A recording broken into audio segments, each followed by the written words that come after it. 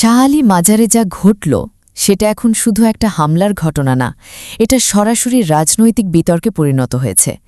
মিরপুরের শাহ আলী মাজারে হামলার ঘটনায় এবার ৩ জনকে গ্রেপ্তার করেছে পুলিশ। পুলিশের দাবি, সিসিটিভি ফুটেজ বিশ্লেষণ করে দেখা গেছে তারা সরাসরি হামলায় অংশ নিয়েছিল।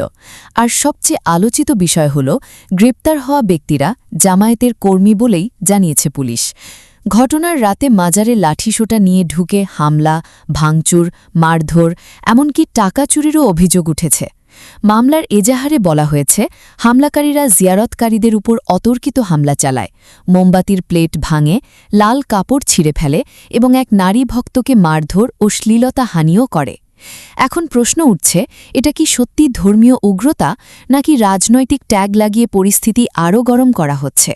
আর সবচেয়ে বড় প্রশ্ন, মাজারে হামলার এই ভিডিও ভাইরাল হওয়ার পর দেশের মানুষ কি সত্যি নিরাপদ অনুভব করছে?